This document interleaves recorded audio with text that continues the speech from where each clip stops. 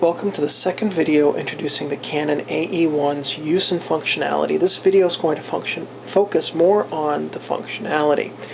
I'm going to start with a couple of things I forgot to mention in the first video and that I can't add now because that video is already compiling and about to start uploading. At any rate, I had mentioned that there is the stop-down meter lever here. In addition to things like microscopy, you would need to use this if you have the Canon FL mount. FL preceded FD mount.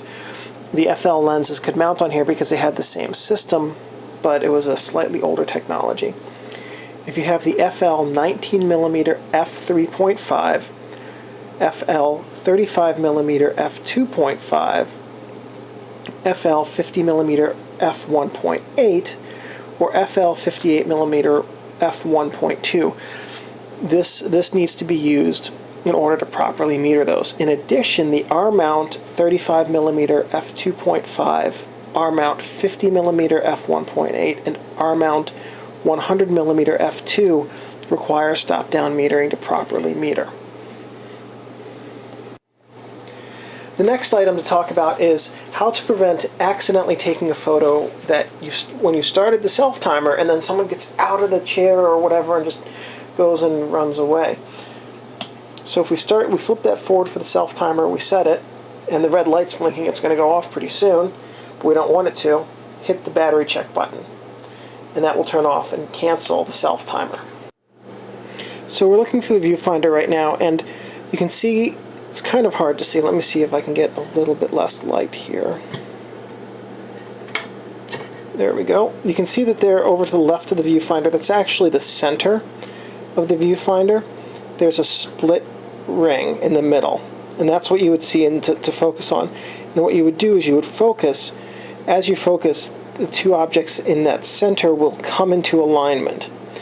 Outside of the split ring, there's a ground glass focusing ring where things will become less blurry as they come into focus. And then the rest of the viewfinder is just a matte screen, and you can see that the corners of it, until you get over to the meter, are basically empty. In fact, they're essentially empty. They're 100% empty. So I'm going to check the battery now so you can see what that looks like. There we go. It goes to 5 and 5.6. Mine has always gone to this exact location when the battery is full. However, I'm sorry that you're getting motion sickness right now, by the way. However, the instruction manual says that it can go down as low as 2.0 to indicate that the battery is low. I'm sorry, that the battery is full. If it's above f5.6 when you try that, then it's time to replace the battery. Now I'm also going to set the shutter. I've got this, it's set to automatic. It says f22. I'm gonna, oops, didn't mean to do that. If you're going to accidentally overexpose the image, in this case I'm going to try to intentionally overexpose the image. It's not showing, oh there it is. There is a red light right there that's blinking saying that it's the shutter speed is too slow for me to hand hold. So I'm going to go back up to 1/60th of a second, and you'll see that it's telling me F11 that it's not blinking, so that I can now hand hold it safely. I'm going to adjust the ISO here up to 3200, which is as high as it will go, and see if I can get an overexposure warning. Not that time. I'm going to adjust the aperture all the way down to 1.8. See if I can get an overexposure warning that way. There we go. Well, it's telling me that it's in manual mode, but it's also should be giving me an overexposure warning, though for some reason it isn't. But the LED at the top will flash to give you an overexposure warning. Also, I have, in the first video I said that there were two buttons on the front that I didn't know what they did. That was only partially accurate. It was partly for laughs. So what I'm going to do is change lenses really quickly so we can focus on this again. And actually, here we go. So here are the two buttons that I had talked about. There was this first button, which is the exposure preview button, and what that does is it doesn't stop down like the stop down metering button does. It does not close the aperture. What it does is it sets the needle on the light meter to the exposure to tell you whether you're over or underexposed. Because the needle doesn't do that normally. It does it when you push this button or when you have to press the shutter button. Now the risk, of course, with have to pressing the shutter button, because this is such a sensitive and light shutter button actuation, is you might accidentally take a picture.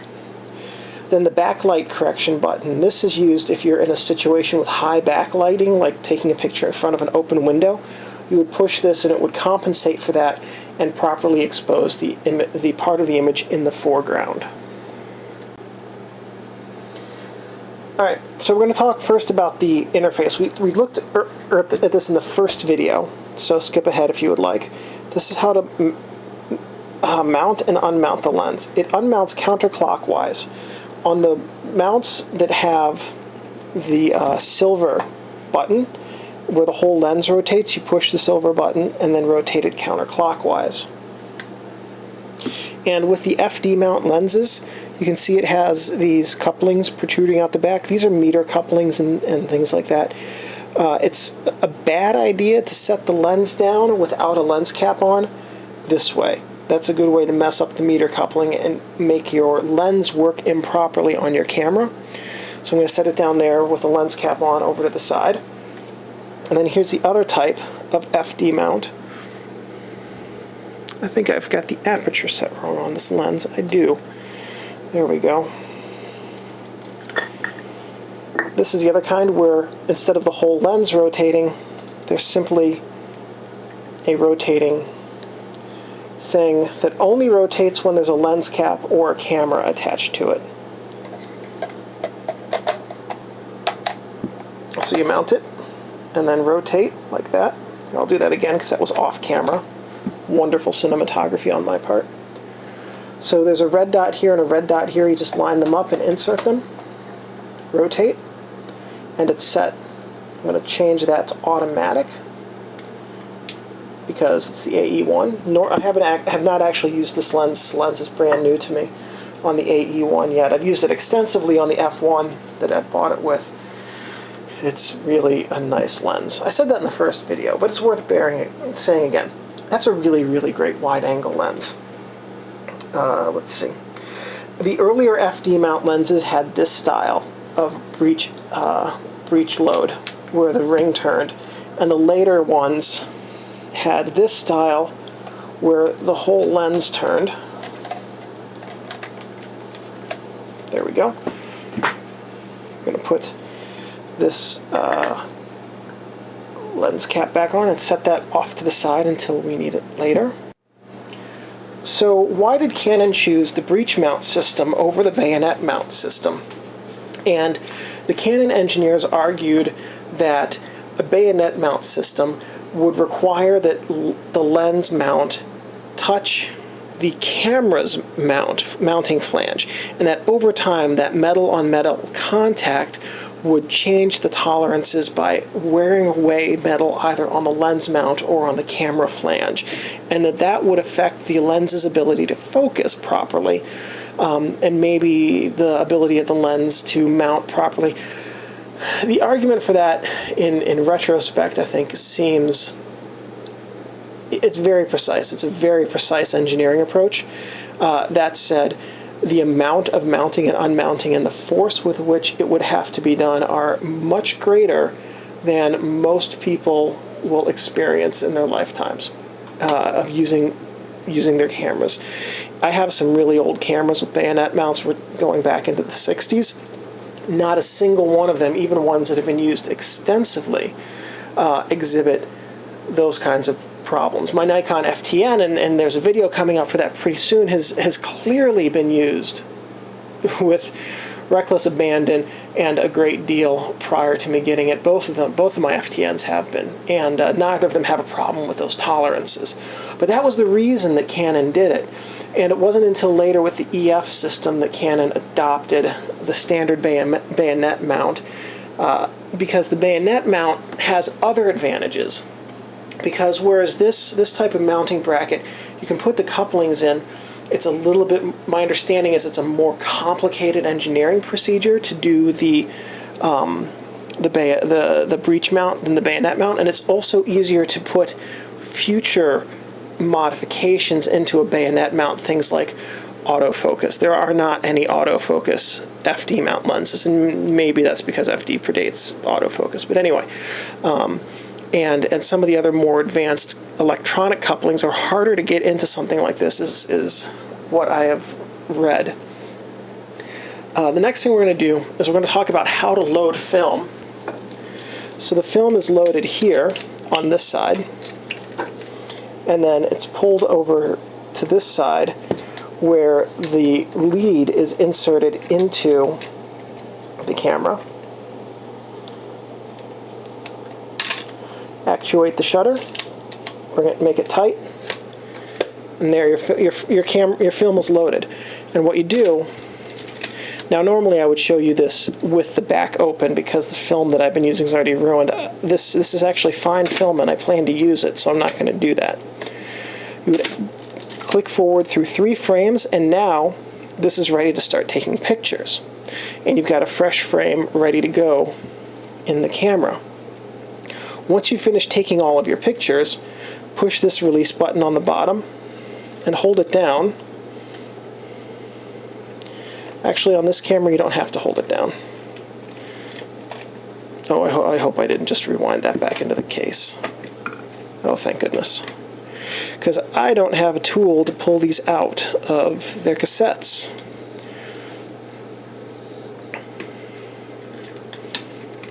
And I still want to use this film. Okay, so you would rewind it. Now, in reality, you would rewind it the entire way back into the cassette and then remove it from the camera and take it off to be developed, or develop it yourself if you do that at home. The battery is changed pretty easily. Take the cover off the hot shoe if you have that. If you don't, then you use a flathead screwdriver very, very, very carefully, or your fingernail. And there's a little notch on the front up there that just goes into a little notch on the side of the battery door cover. This is a little bit trickier to get out, and this tool I don't think was really exactly designed to do that. There it goes. So I used this end, not the hook end, but the other end, and used some leverage to pull it out. And you can see I have a 28L battery, 4 LR44s, and the other type of battery that these can take are no longer made, so 28L is your battery of choice. And there's a plus and minus in the battery compartment to tell you which way it goes in. And then you load it that way, you just slide it in and shut the door. The door also has a finger grip on it, so that as you're holding the camera, and this is really, in terms of camera ergonomics, this is a really beautifully designed camera, and very, very ahead of its time in terms of how comfortable it is to hold and how easily accessed all of the functions are, and how user-friendly in general the camera design is. Canon's engineers really did a good job of laying out this camera well in terms of usability. The flash hot shoe is up here, as we've talked about a few times, but there's also a PC sync port on the front. And I have this cover on it. They came with the covers back in the day, but it's sometimes hard to get off. Sometimes, most of the time, hard to get off. There it goes, because my fingers are weak and I'm really kind of a wuss in general. So anyway, it's got this protective shape around the PC port, which is designed to prevent shocks. I've actually never been shocked by a PC port, which now saying that it's going to happen inevitably. But at any rate, that's why it's designed exactly the way it is. And it has that nice big cover to keep dirt out of it. Getting dirt in your PC port's a really good way to make your flash not work if you have to use it. The data back also plugs into there if you use a data back on this. I believe there might have been a later data back that went beyond 1987, but I'm not sure whether or not it's compatible. I mean, I know Canon made them. I don't know if they were compatible with the AE-1. At any rate, the flash hot sync and hot shoe and the PC port both sync X flashes, xenon or electronic flashes at 1/60th of a second. And the reason for that is because this has a horizontal travel cloth shutter curtain. And because of the horizontal travel and the speed of the shutter curtain, 1/60th of a second is the fastest shutter speed at which the entire shutter curtain is open. At all other shutter speeds, say 125th, the 250th, whatever it is, everything faster than the 60th, then what happens is then the shutter curtain is only part way open, and that partial opening travels across the film plane, exposing the film plane in that opening for the required shutter speed. It doesn't mean, the way that this works is that you have your shutter curtains here, okay? And they're, actually, they're more like this.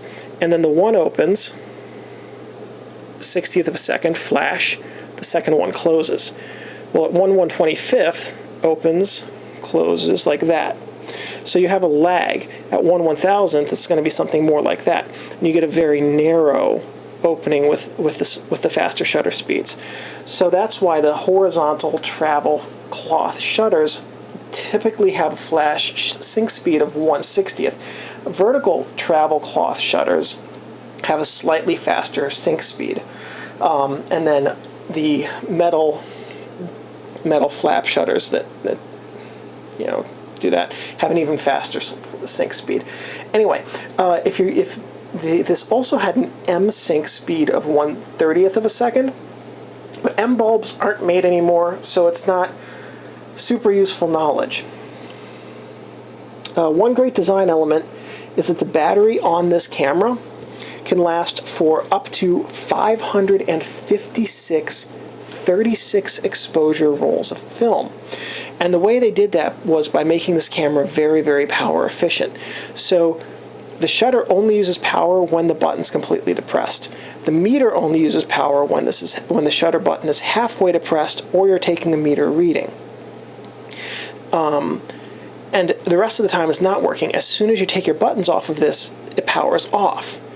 Unlike many cameras where it stays on for 10 or 15 seconds. Now, if you imagine that if you take 1,000 pictures and something stays on for 10 seconds afterwards, that's 10,000 wasted seconds of battery life. This doesn't have that. It's still recommended to change the battery at least every year, but I'll tell you what, I've had this battery in here for 18 months. It's still got a full charge because this camera is so energy efficient. And that's a really great design aspect to the AE-1, and Canon was way ahead of their time in making this camera power efficient. Let's see, so we looked through the viewfinder and the focusing mat. Hey, we're done. So, if this video was helpful, and if the first video was helpful, either or, give me a thumbs up.